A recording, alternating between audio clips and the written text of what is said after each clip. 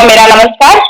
मैं हूँ आपके कार्यक्रम की होस्ट और आपकी दोस्त एम के कागदाना और आप सभी का वुमन टीवी इंडिया नेटवर्क की नारी कलम में स्वागत है। और आज आप देख रहे हैं स्क्रीन पर राजस्थान सीकर से मान कंवर जी को। और बहनों, हमारे इस कार्यक्रम का उद्देश्य है महिलाओं में लेखन के प्रति रुचि उत्पन्न करना और नवोदित लेखिकाओं को मंच प्रदान करना और इसके साथ साथ वरिष्ठ लेखिकाओं के सानिध्य में स्त्री विमर्श और साहित्य पर चर्चा करना। इस कड़ी में मैं आज कविता पाठ के लिए आमंत्रित करती हूँ हमारी खास मेहमान जो कि राजस्थान से हैं, मान कंवर जी। सबसे पहले मैं दर्शकों को आपको ये बता देना चाहती हूँ कि मान कंवर जी हैं वो महिलाओं के लिए प्रेरणा स्रोत हैं। 14 वर्ष की आयु में और विवाह बंधन में बंधने के बावजूद इन्होंने हिंदी में एमए किया है और साइंस में लाइब्रेरियन की डिग्री इन्होंने प्राप्त की है और 15 साल ये सीकर में पुस्तकालय अध्यक्ष के पद पर भी सेवा देती रही हैं। तो आप सभी दर्शकों को ये बताना चाहूंगी कि इन्होंने लघु कथाएं, कहानियां, कविताएं, संस्मरण भी इनकी अनेक पत्र पत्रिकाओं में भी प्रकाशित होती रहती हैं। मानकवर जी, आपका इस कार्यक्रम में स्वागत है। धन्यवाद धन्यवाद। मानकवर जी, आप तो कहाँ से, हमारे दर्शकों को बताइए मूल रूप से गांव आपका कौन सा है? जी, मेरा गांव खाटू श्याम जी, आपने नाम सुना होगा। खाटू श्याम जी हाँ के जी, पास हाँ में एक छोटा सा गांव है, भवानीपुरा, वहां से। हाँ जी जी जी जी। तो आप कब से लिख रही हैं? जी, मैं लेखन से अभी 2 साल में ही जुड़ी हूँ। जी। 2 साल। और आपकी कितनी किताबें प्रकाशित हुई हैं या नहीं हुई हैं, कुछ बताएंगे दर्शकों को? जी, मेरे 5 साझा संग्रह प्रकाशित हो चुके हैं। एकल जी संग्रह जी अभी नहीं। और पत्र पत्रिकाओं में मेरी रचनाएं प्रकाशित होती रहती है। जी जी जैसे राजस्थान पत्रिका है, राजस्थानी में रूडो राजस्थान मासिक पत्रिका है जी और राजस्थित पत्रिका है उसमें। और एक कंपटीशन सक्सेस रिव्यू नाम से एक मतलब राष्ट्रीय स्तर की पुस्तक छपती है। उसमें जी मेरा निबंध छपा था, उसको छपे तो मतलब 5 साल हो गए। जी। मैं आपको सलाम करती हूँ। आपने छोटी सी आयु में वैवाहिक बंधन में बंधने के बावजूद इतना अनुभव है आपका लिखने का भी। और मैं अक्सर आपकी लघु कथाएं पढ़ती रहती हूँ, कहानियां भी पढ़ती हूँ, तो बहुत अच्छी बात है ये। इतना व्यस्त होने के बावजूद भी आप साहित्य सेवा दे रही हैं। तो आप हमारे दर्शकों को आज क्या सुनाना चाहेंगी? जी, आज मैं कविताएं सुनाना चाहूंगी। जी जी, आप शुरू कीजिए।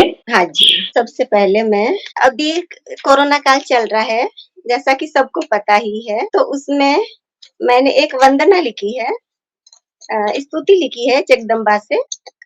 वो ही मैं आपको सबसे पहले सुनाना चाहूंगी। हे जगदम्बे जगत जननी सुन लो तुम पुकार। हे जगदम्बे जगत जननी सुन लो तुम पुकार। जग में विपदा आन पड़ी कर दो माँ उपकार। जग में विपदा आन पड़ी कर दो माँ उपकार। महिषासुर मर्दिनी माता कुछ दिखाओ चमत्कार। महिषासुर मर्दिनी माता कुछ दिखाओ चमत्कार। हाथ जोड़ कर करे विनती सकल ये संसार। हाथ जोड़ कर करे विनती सकल ये संसार। बेबस है माँ आज क्यों तेरी ये संतान। बेबस है माँ आज क्यों तेरी ये संतान। घरों में कैद हुए हैं ऐसे डर डर कर इंसान। घरों में कैद हुए हैं ऐसे डर डर कर। पल पल लगता कि बने ना कोरोना के काल। पल पल लगता कि बने ना कोरोना के काल। तकनीकी के युग में देखो क्या हुआ है हाल। तकनीकी के युग में देखो क्या हुआ है हाल। प्रकृति से छेड़ करी और बन गया महान। प्रकृति से छेड़ करी और बन गया महान। कर्मों का फल भोग रहा है अब मानव नादान। कर्मों का फल भोग रहा है अब मानव नादान। माना कि गलती है हमारी पर हम तो है अनजान। माना कि गलती है हमारी पर हम तो है अनजान। पर माँ कब देती है अपने ही बच्चों को संज्ञान। पर माँ कब देती है अपने ही बच्चों को संज्ञान। आ जाओ ना माँ सिंह पर होकर के सवार। आ जाओ ना माँ सिंह पर होकर के सवार। कष्ट हरो सुखदायिनी माता कर दो ना उपकार। कष्ट हरो सुखदायिनी माता कर दो ना उपकार। कुछ कर चमत्कार की माता सुधरे ये संसार। कुछ कर चमत्कार की माता सुधरे ये संसार। हाथ जोड़ कर करे विनती कर लो माँ स्वीकार। हाथ जोड़ कर करे विनती कर लो माँ स्वीकार।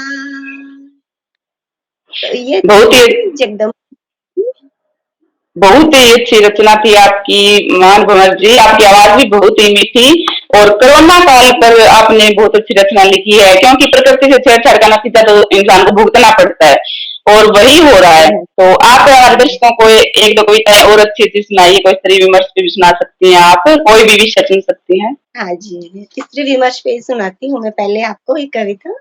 जी जी, क्योंकि प्रोग्राम स्त्रियों के लिए है, खास करके ह्यूमन टीवी इंडिया।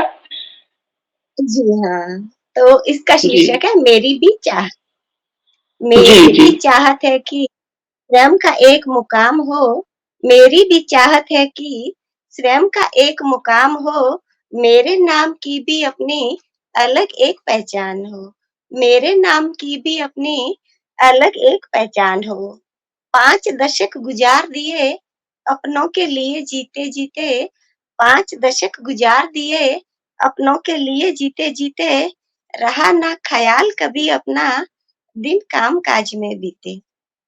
रहा ना ख़याल कभी अपना दिन काम-काज में बीते। भोर भये उठना और फिर दिन भर की भागा-दौड़ी। भोर भये उठना और फिर दिन भर की भागा-दौड़ी।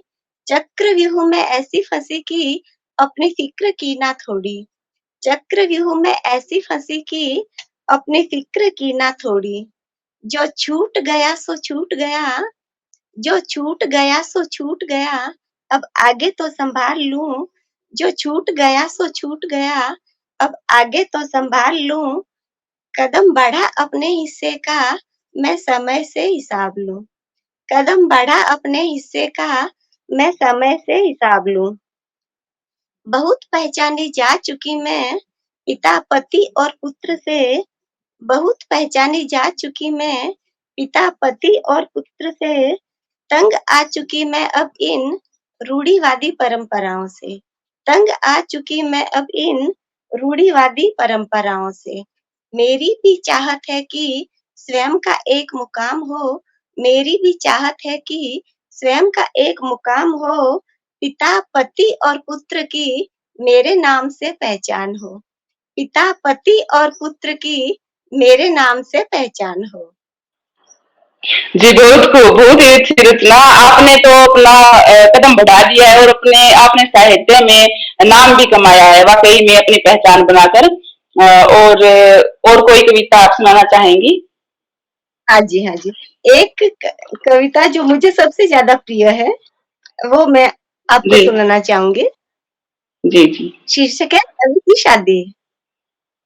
जी, अगर किसी कवि की कवयित्री से शादी होती, अगर किसी कवि की कवयित्री से शादी होती, तो महिला संगीत की जगह कवि सम्मेलन की रात होती।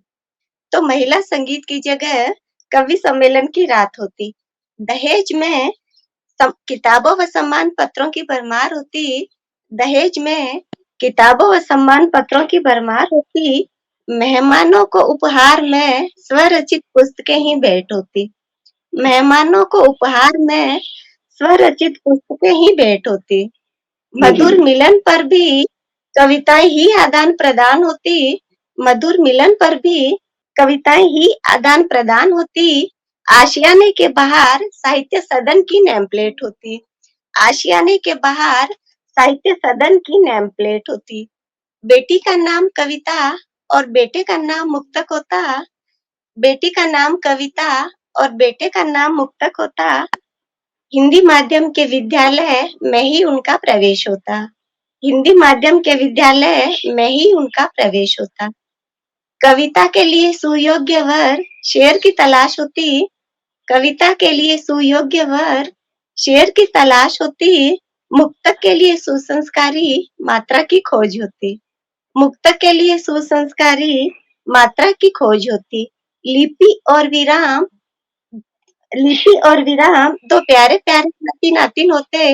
लिपि और विराम दो प्यारे प्यारे नाते नातिन होते। चंद्र और बिंदु नन्हे नन्हे राज दुलारे से पोती पोते होते। चंद्र और बिंदु नन्हे नन्हे राज दुलारे से पोती पोते होते। साहित्य की सरगम वहां दिन रात छिड़ी रहती। साहित्य की सरगम वहां दिन रात छिड़ी रहती। नव रसों की गंगा जिसमें हर पल प्रवाहित होती। नव रसों की गंगा जिसमें हर पल प्रवाहित होती। उस घर में नहीं कभी लड़ाई झगड़े की बात होती। उस घर में नहीं कभी लड़ाई झगड़े की बात होती। हर रोज ताली और ठहाकों की ही आवाज होती। हर रोज ताली और ठहाकों की ही आवाज होती। आपने तो जिंदगी का ही साहित्य बना दिया मान कंवर जी। सारी व्याकरणिक अपने बेटा बेटी पोता पोती के नाम रख दिए। बहुत ही अच्छी रचना, हास्य रस की कविता आपकी बहुत अच्छी लगी। और आज इस कार्यक्रम में शामिल होने के लिए आपका बहुत बहुत धन्यवाद। जी, जी। अगले हफ्ते फिर हम कुछ नए मेहमानों के साथ मिलेंगे इसी मंच पर। तब तक के लिए जय हिंद, जय भारत।